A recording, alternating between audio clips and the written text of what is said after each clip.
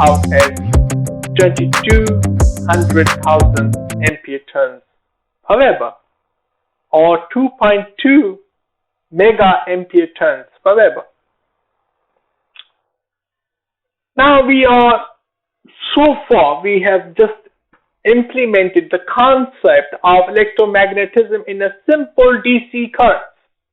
Things become a little bit complicated when we talk about alternative currents. We are not talking about Maxwell's equation at the moment. That would be a level 5 content. But of course you have got the full gist of the behavior of a magnetic circuit. Now this is a quick introduction of the inductor response to the DC. So of course, it's an exponential increment and decrement when you charge and discharge the inductor. But now I want to talk about the concept of the self-inductance, or the Faraday's law of electromagnetic induction, which I already talked about this on week number 7. Those who were absent can take an advantage of this lecture. If you were being asked about the definition of Faraday's law of electromagnetic induction, then it would be very difficult. But if you have the equations like this, E, which is the induced EMF, the voltage, generated voltage within the piece of metal, or material, or coil, is dependent on the inductance of the coil, how many number of turns it has, and the rate of change of current with respect to time, which is di by dt. Now what we looked at before was a pure DC current, but what we are looking at now is di by dt, a rate of change of current with respect to time. And that only happens if you have a sinusoidal alternative current supply. And now we are heading towards the transformer. But first is about the self-inductance concept. So what Michael Faraday talked about, that the induced EMF in a piece of material is dependent on how much inductance it has and how much rate of change of current it has with respect to time. So if you apply a pure DC current, it only has the change of current at the start when the inductor starts charging, and the change when the inductor starts discharging. But in the alternative current, it happens after every half cycle. It changes. And that's where the self-inductance concept comes through it. So the simple way of explaining the Faraday's law of electromagnetic induction is E is equals to minus L di by dt, or L, which is the inductance, that also means the number of turns of a coil. Rate of change of current, as current is proportional to the magnetic flux. So we can say magnetic flux change with respect to time. So two equations means the same thing. That defines the self-inductance concept. But what is the self-inductance? It's about the induced EMF. You got to be able to explain the self-inductance concept. Well, of course, it has to do with the induced EMF, the voltage that is being generated in a piece of material. But we can explain it as a self-inductance is the ability of a device, typically a coil, to induce an EMF within itself when it responds to a change of current or magnetic flux with respect to time. That's the definition of self-inductance. It's important to understand self-inductance. If you want to work on the motors, generators, transformers, or any coil or any inductive coil circuits, you've got to know about self-inductance. A simple example question we have.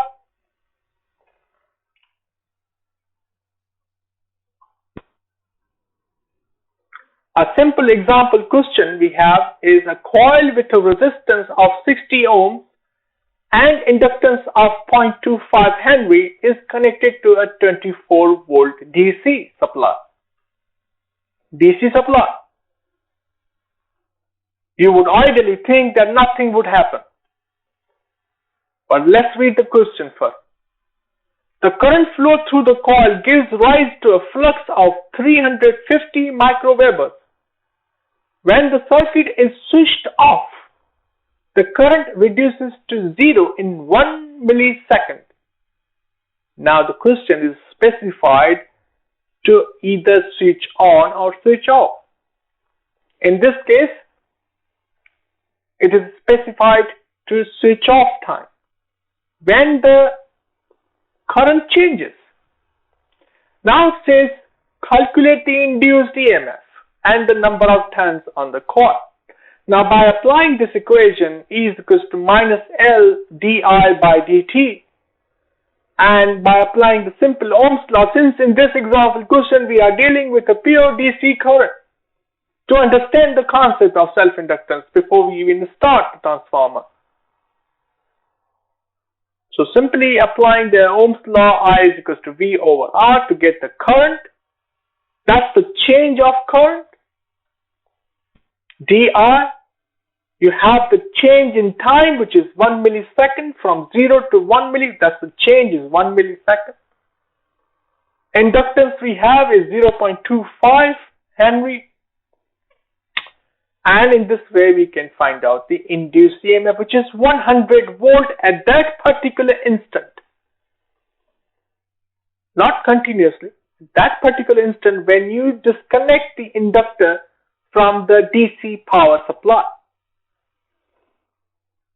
And by using the other equation, E is equals to minus N d phi by dt, it is possible to calculate the number of turns by rearranging the equation. That is 286 turns.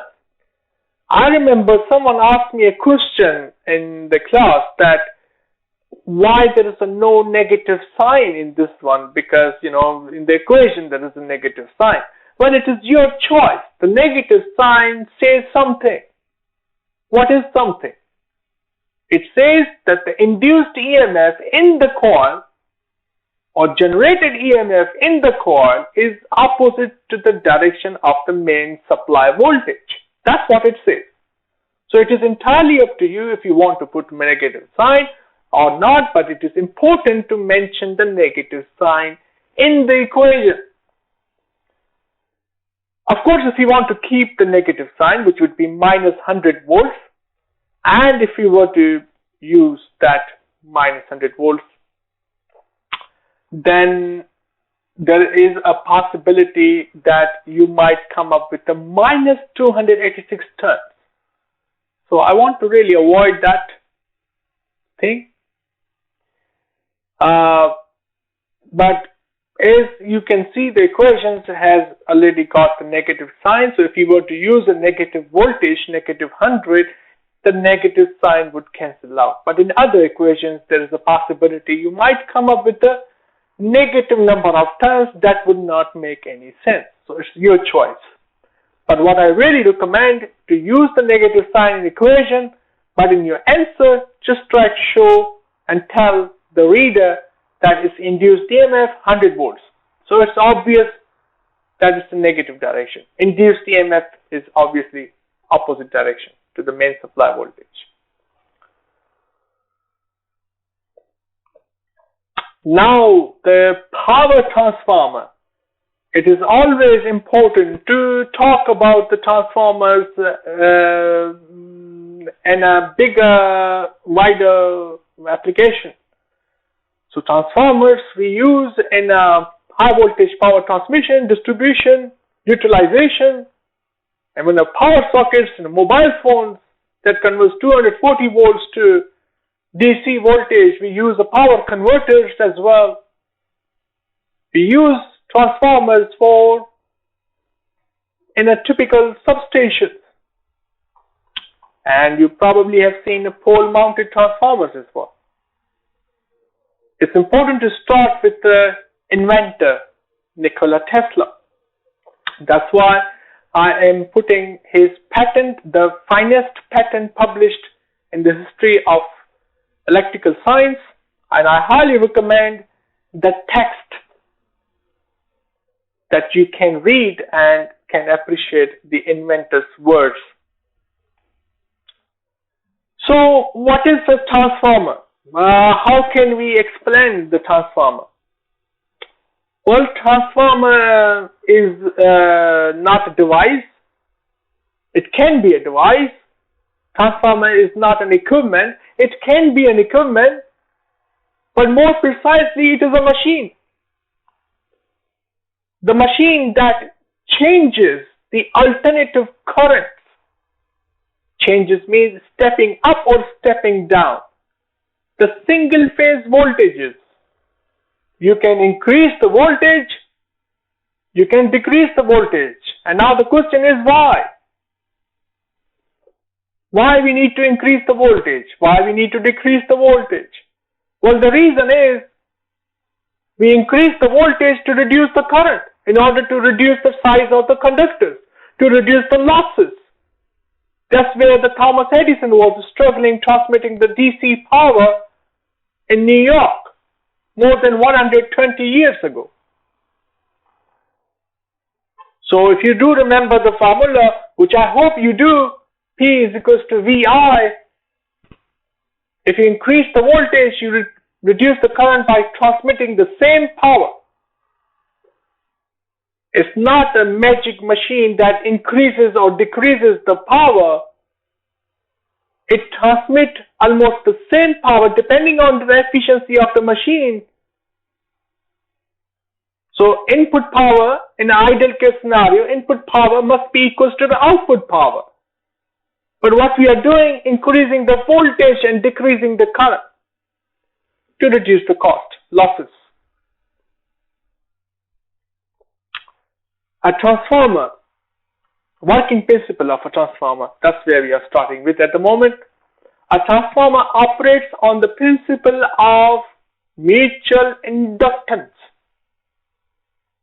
Due to time-changing magnetic field, I want to enforce you to look at these words very carefully. So first concept was about the self-inductance. Now the second concept is the time-changing magnetic field. What does it mean? Well, the mutual induction is a phenomena when you have a self-inductance going on in a one coil and there is a wireless transmission of electricity going on. And that wireless transmission of electricity is a mutual induction.